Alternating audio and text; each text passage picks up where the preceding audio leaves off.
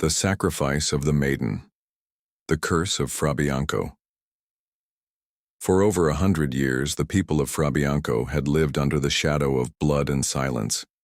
Every year, at the twilight of the dry season, a maiden of royal blood was led to the mouth of the river Kula, veiled, perfumed, and trembling.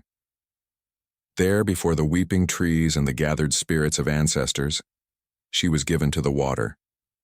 It was said that in the years before the sacrifices began, the kingdom had been struck by a great drought.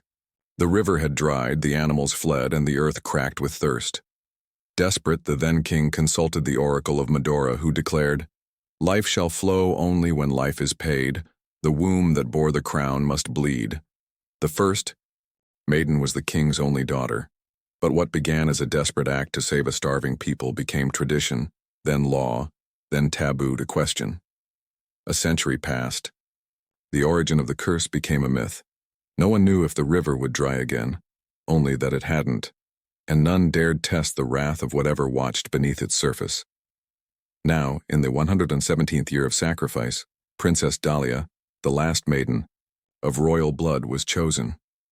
Her father, King Obadeli IV, was an old man. His heart broke openly before the court, but he gave his consent. Not even a king could deny the pact. And yet, something had changed.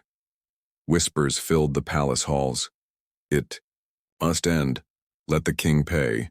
Let the river judge. A forbidden scroll was found in the royal crypts. It told of a counter-ritual, one last path to ending the sacrifice. If the king and his two highest chiefs offer their bodies to the river alive, the curse will be satisfied. But who would speak this truth aloud? Who would dare call for the king's burial? The three men who held the most power were also the three whose deaths could save generations unborn.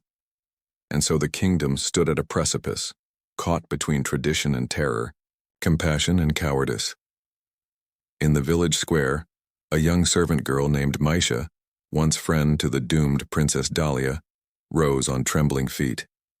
"If no one will bail the cat," she said to the silent crowd, "then let the mice run wild." She carried the scroll to the river and read the curse aloud. That night the river boiled.